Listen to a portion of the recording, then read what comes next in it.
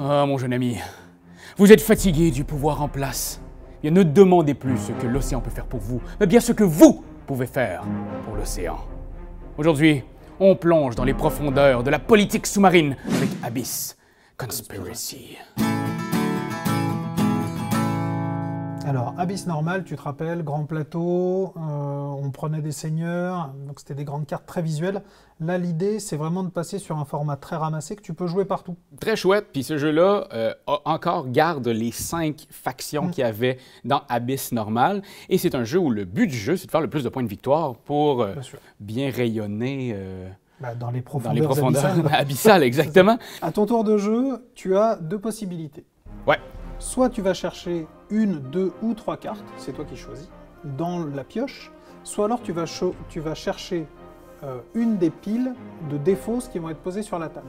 Pourquoi des piles de défausses? Quand tu prends plusieurs cartes, tu en gardes une, et les autres, tu vas les poser en fonction de leur couleur, en piles de défausses, donc une pile de défausses par couleur. Et une fois que tu les as pris, tu les mets devant toi. Pour faire un 5, 4, voilà, 3, pour faire 2, 5, 4, 1. 3, 2, 1, pour avoir vraiment une pyramide donc inversée qui arrive vers toi. L'anatomie d'une carte, c'est quoi? C'est des points de victoire qui sont inscrits en haut. Tu as aussi un pouvoir, soit remettre une carte sur une pile de défausses, soit avoir une clé en or, soit une clé en argent, soit avoir des perles.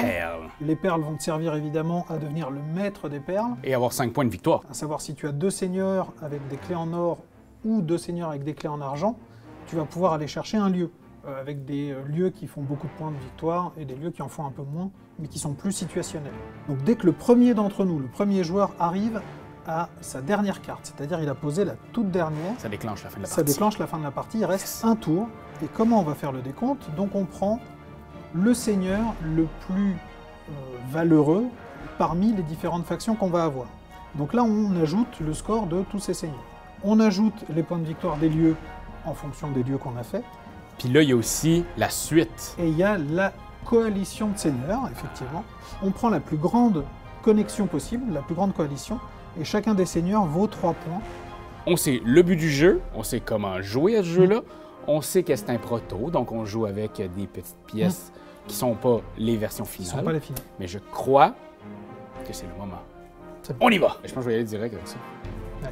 Parce que ça me fait déjà un lieu. Ah bah oui, super. Donc ici, je fais 1 point de victoire plus 1 point par carte jaune dans ma pyramide. Ok, déjà un 4, toi.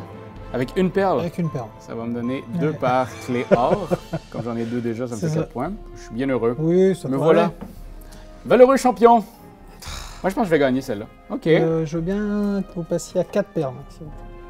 Ça va, maître grand, maître des perles. Fait que la stratégie à Maëlys, c'est de faire le plus de lieux possible.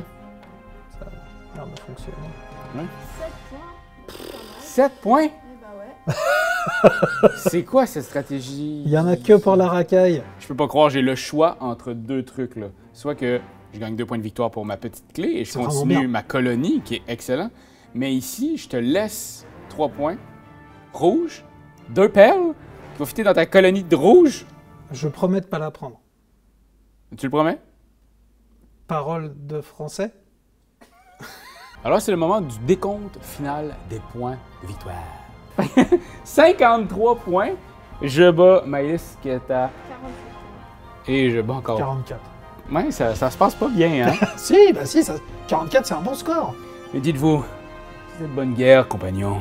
Mais la vraie victoire est celle réservée aux vainqueurs.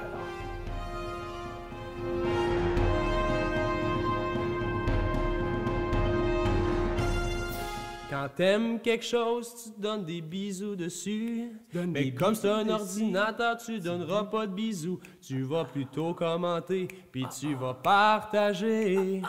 Oh oui, partager, partager, partager. C'est la leçon de Jésus!